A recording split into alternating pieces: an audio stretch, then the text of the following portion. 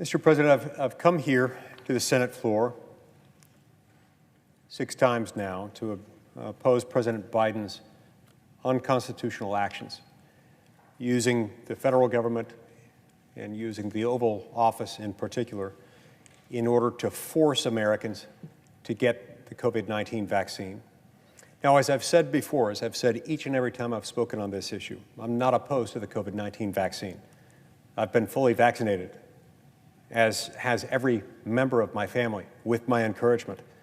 I encouraged my family, I've encouraged friends, everyone I know to get vaccinated. I think the vaccine is a blessing, and it's one that's helped a lot of people, and I think it's one for which society as a whole has benefited. I've had and recovered from COVID-19 before I got vaccinated, and I can tell you that contracting COVID is not an experience that I'd like to repeat, and it's not an experience that I want others to have. That's why I've had the vaccine, and why I've encouraged others to do the same. I nonetheless raised my hand in this very chamber each time I've been sworn into office. And pursuant to the Constitution, I stood right there on those steps, and I swore an oath to uphold and protect and defend the Constitution of the United States. That inspired document limits the powers of government. It does so because government power is sacred. Government power is dangerous. Government power always involves the actual or threatened use of coercive force. It's what government is. The ability and the authority to use coercive force and to do so on an official basis through law. It's for that reason that the Constitution carefully contains the power of government and does so in a way that reflects its immense capacity for harm.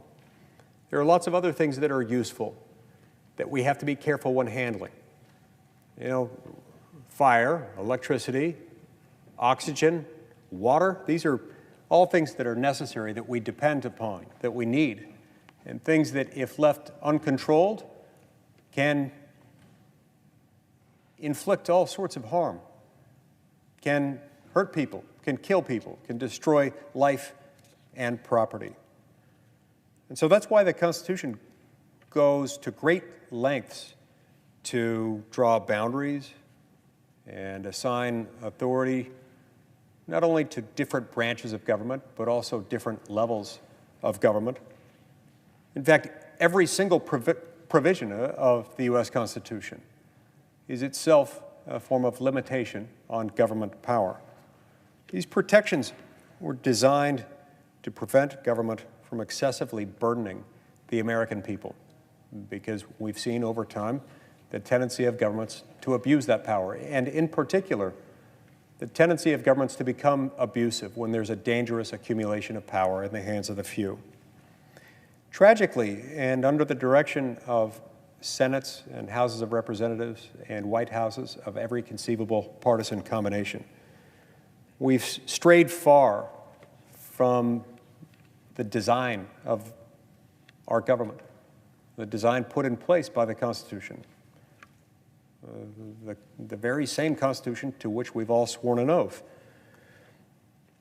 And as a result of that, Americans are now forced to work many months out of every year just to pay their federal tax obligations, only to be told after the fact, by the way, that that's not nearly enough because we're now nearly $30 trillion in debt. In closing, the monetary printing presses are pumping out tsunamis of fiat currency that eat away at Americans' savings and earnings. Government regulations cost trillions of dollars a year as a hidden, backdoor, invisible, and highly regressive tax on American productivity and on American development.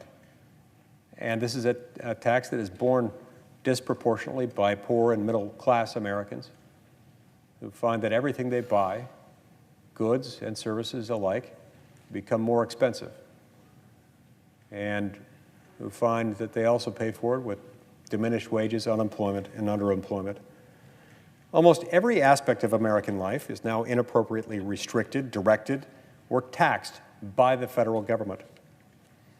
President Biden's recent mandate adds yet another roadblock to millions of Americans just trying to get by, forcing them to choose between getting vaccinated on the one hand and having a job on the other hand.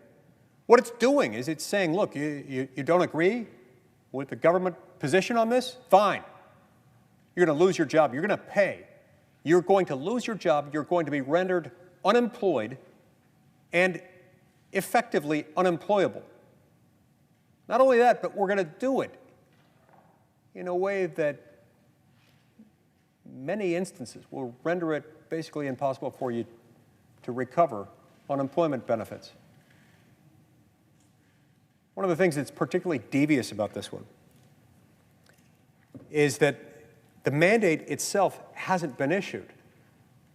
And yet it's been now a month and a half or so since President Biden gave the speech announcing his intention to create it. Now, had he created it, we would at least know what we were dealing with. We would know the precise source of authority in the law that he was claiming. We would know the contours of how it would be enforced. We would know the contours of any exceptions to the mandate. And because we would have an order, there would be something that people could challenge in court where necessary. But as of right now, we have none of those things. We have only this Damoclean sword hanging over the American people who are forced to guess. In the meantime, we've got corporate America. We've got employers with more than 99 workers, understandably, scrambling in an effort to get ahead of this thing because they know that the penalties for noncompliance with this are likely to be significant, so many of them are trying to get ahead of it so that they're not caught flat-footed and unable to comply.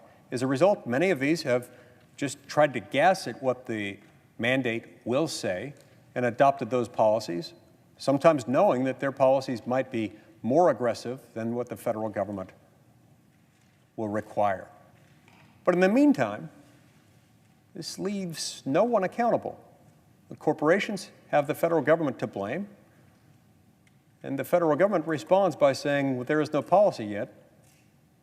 There's nothing to sue on yet. There's nothing for the federal courts to enjoin as unlawful, as unconstitutional, as an improper exercise of federal power generally, keeping in mind that the federal government is one of few and defined powers, as James Madison described them in Federalist 45. The powers reserved to the states are numerous and indefinite. We flip that on its head here. There's nothing that gives the federal government this power. My friend and colleague from Washington moments ago made the argument that vaccines are nothing new and that vaccine requirements are nothing new. Well, you know, they are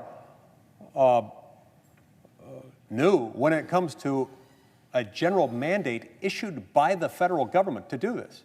Yes, there have been mandates in the past, but insofar as they deal with the general population as opposed to military personnel or certain government workers, these are not federal law issues. These have been state law issues. The federal government has no general police powers. Even if there were power within the federal government to do this, which I assure you there is not, we know for certain that one person acting alone, even if that person is the President of the United States, has not the power to do this. This, Mr. President, is, I believe, perhaps the most egregious example of presidential overreach, the most shameless executive branch power grab since President Harry Truman seized all steel mills in the United States in the 1950s in order to support the Korean War effort. Now, President Truman didn't get away with that. The Supreme Court appropriately struck that down as well outside presidential powers. You see, nothing in the Constitution and nothing in federal statute gave President Truman the power to seize steel mills simply because he deemed them an important part of the war effort. But here, that hasn't happened. Here, That can't happen, at least not yet, because we don't have an order. The president, after making this announcement about 6 weeks ago, hasn't had the decency to even tell us what the source of his authority is. And I'll let you in on a secret. He has none. He has not a single scintilla, not a shred of authority, not statutorily, not constitutionally, to do this. He doesn't have the power to do it. Now, lest you be deceived into thinking that this is an academic infringement of some esoteric liberty, it is not. Let's be honest about what we're doing here. We're telling hardworking American moms and dads, if you do not succumb, if you do not heal, if you don't obey the presidential dictate at issue here, you're going to lose your job. We're making them decide between getting a vaccine, to which they may have a medical or a religious or some other legitimate exemption, on the one hand, and on the other hand, becoming unemployed and unemployable, and in many instances unable to even attain unemployment benefits. Because you know what a lot of these companies are doing?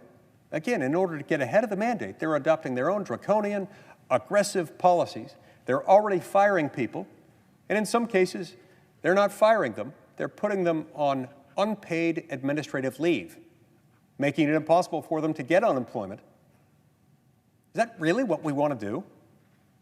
Look, I understand the COVID-19 vaccine is a good thing. I consider it a medical miracle of sorts. What do you say to somebody whose religious beliefs make this an unacceptable choice for them? What do you say to someone with a genuinely serious medical condition? Someone who has been told by his or her board-certified medical doctor, don't get this vaccine. You, in your case, you shouldn't get it because of medical condition X, Y, or Z. What do you say to that person? Do you really want to tell that person that them being brought to heel with a federal directive issued by one person in the absence of any statutory or constitutional authority to do that, that's more important, that's so compelling, that they have to be rendered unemployed, unemployable, and ineligible in many instances to even collect unemployment? Is that really what we've sunk to? I hope not. I don't believe we have. The American people know better. They know that that's not how we resolve disputes in this country. It's certainly not how we treat religious minorities or people with medical conditions that make them have a different set of concerns than other people. That's not how we act. By the way, it's also a good reason why we don't make law in this country through one person. Because, of course, Mr. President, a law like that would never pass. Would never pass here in the Senate or in the House of Representatives. It couldn't withstand that kind of scrutiny. Not the way it's been laid out. Not a chance. Deep down, the President of the United States perhaps knows this. I can only assume, of course, I can't read another human being's subjective mindset, but I can only assume that he would have brought it to Congress and given us the opportunity to consider it and adopt it. And he cut out the people's elected representatives, the people's elected lawmakers, whose constitutional obligation and authority it is to make the law. So we can only make assumptions from that. But it's not as though he didn't have time to do it. 6 weeks have elapsed since he made the announcement. Meanwhile, I'm hearing from countless people across America, including 300 or so people from the state of Utah, who are themselves being put in impossible positions. Now look, mind you, for most people this isn't a big deal. Most people in America have chosen to get the vaccine, and I'm glad they have. But there are a lot of people whose stories are heart-wrenching. Just this week, I heard from a flight attendant who works with a major U.S. airline. She has religious beliefs that make her opposed to getting this vaccine or any vaccine. She's a hardworking employee.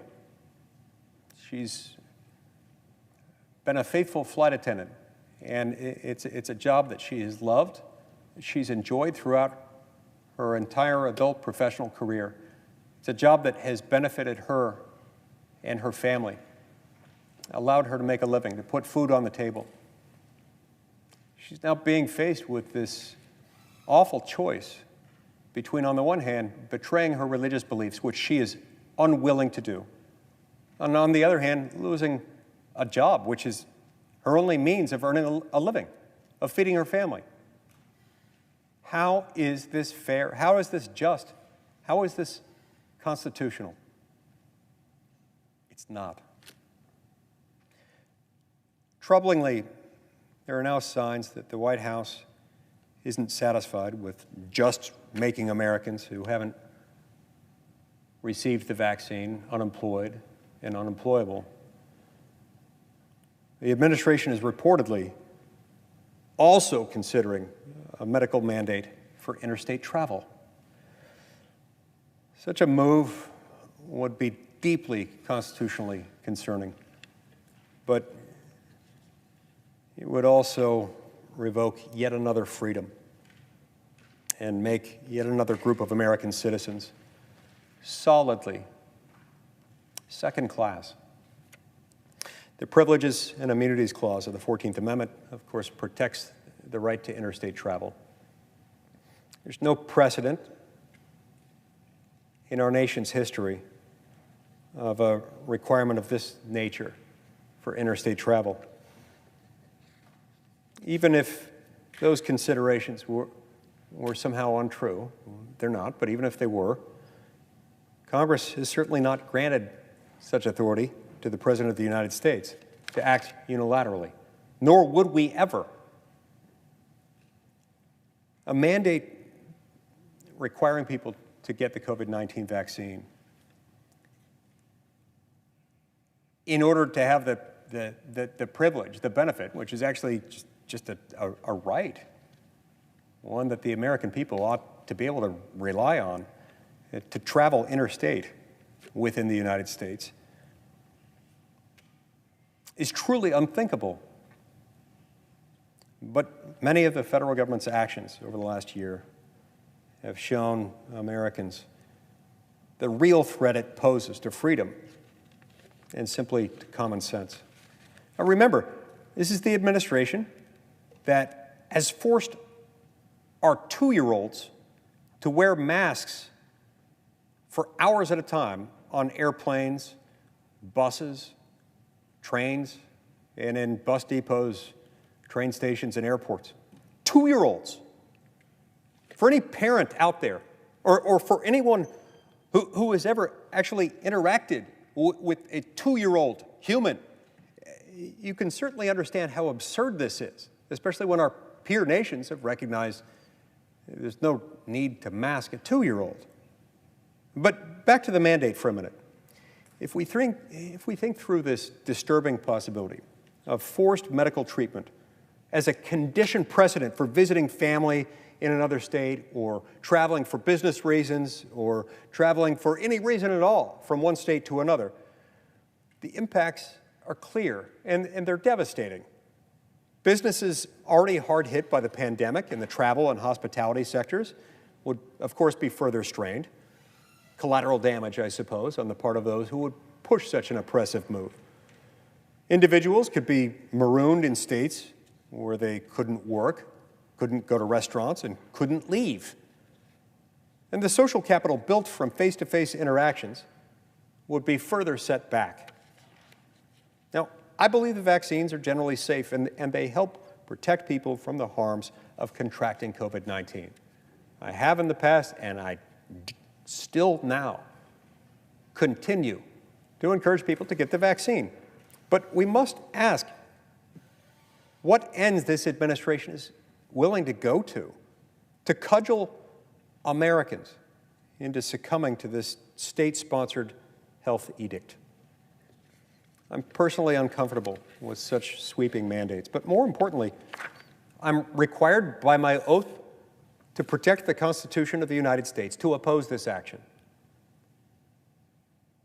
That's why I brought forward my latest iteration of my efforts against this unlawful, unconstitutional, and still inchoate mandate. My Let Me Travel America Act would clarify the law and prohibit the federal government from mandating that Americans receive shots against COVID-19 as a prerequisite for interstate travel. And I'm grateful that my colleagues, Senators Tuberville, Braun, and Sullivan, have joined me as co-sponsors of this bill. This is a common sense, practical, reasonable bill, one that would simply provide assurance and protection to millions of Americans whose rights are under attack. And so, moments ago, I came here and I asked unanimous consent that we pass this bill today, with the understanding that I'm going to continue to come back day after day, as long as it takes to address what the President is doing. The Senate had a chance to protect the American people from yet another unconstitutional overreach. It's disappointing to me, really, that my friend and colleague, the senator from Washington, chose to object to its adoption. Look, this shouldn't be controversial. It's really not controversial among the American people. I guarantee you take a poll asking people, should the federal government ever be able to tell you that you can't travel interstate unless you receive a particular medical treatment? There's no way the American people would think that's a good idea, because it's not, because it's absurd, and because it violates everything that we believe in. Now, my friend and colleague, the distinguished senator from Washington, made the point that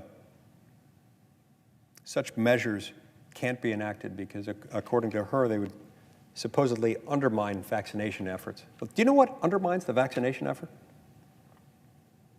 What undermines the vaccination effort is when you try to use the overpowering cudgel of coercive force, a type and a level of coercive force that no other entity on planet Earth can wield more strongly than the federal government.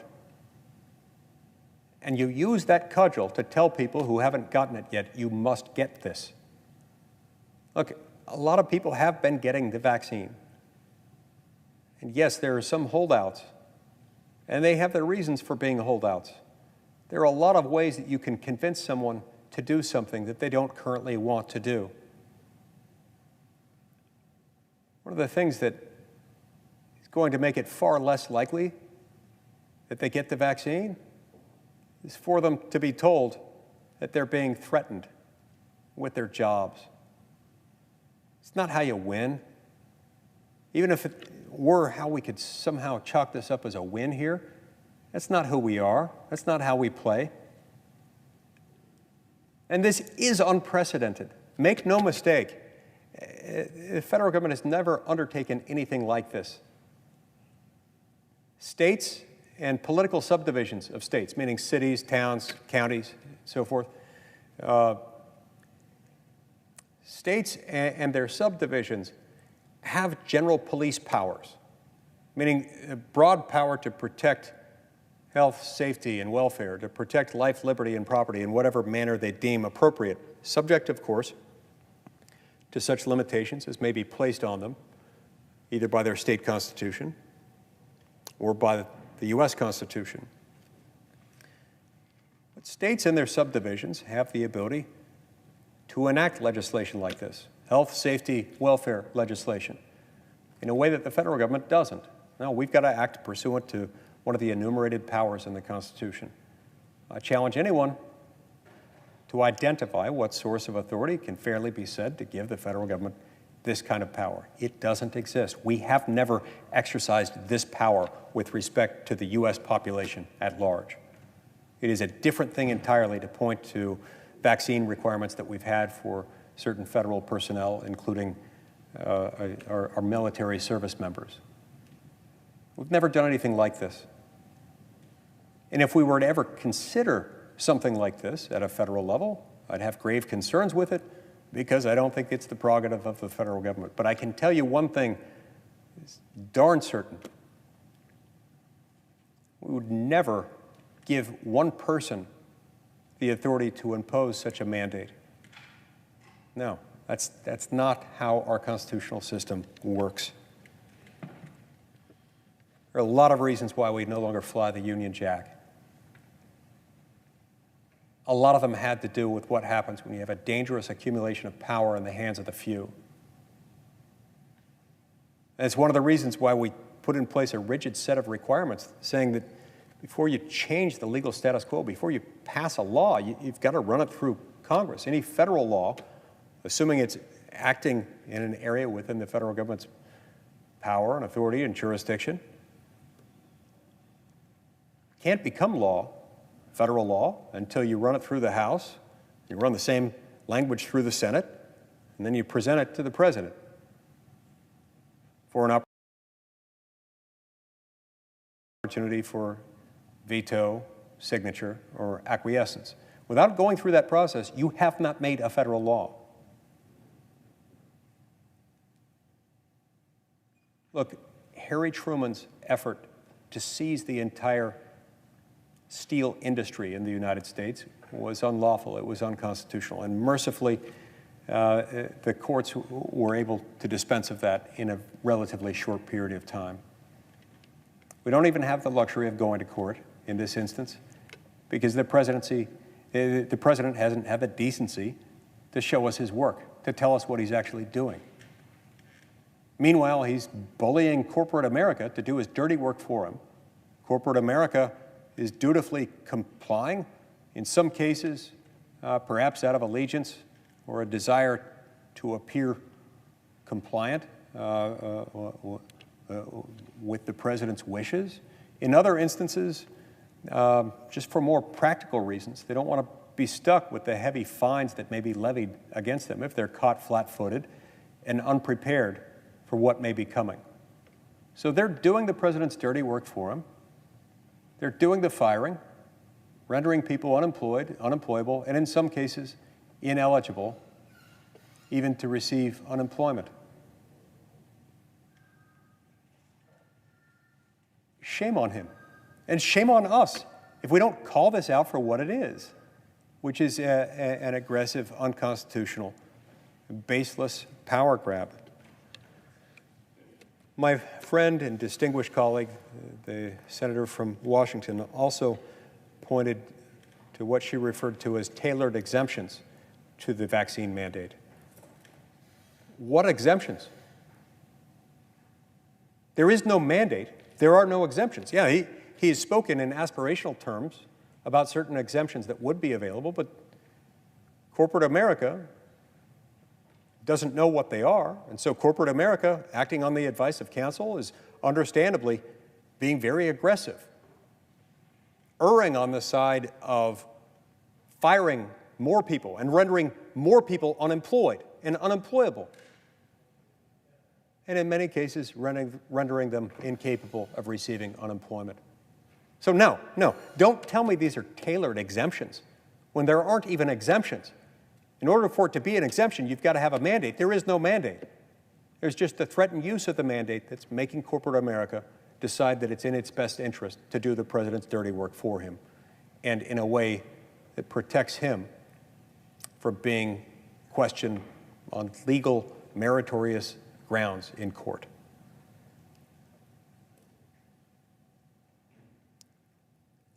And if we can't muster the legislative will to defend that power, which is rightfully ours, not ours in the sense that we personally own it, but it's been given to the people, the power to make sure that laws are passed only by their elected representatives and senators. If we can't stand up for this, shame on us. And if we can't stand up for even a further encroachment on that power and on the corresponding right that the American people have long come to depend upon, to be able to travel interstate without undue hindrance or interference from their government.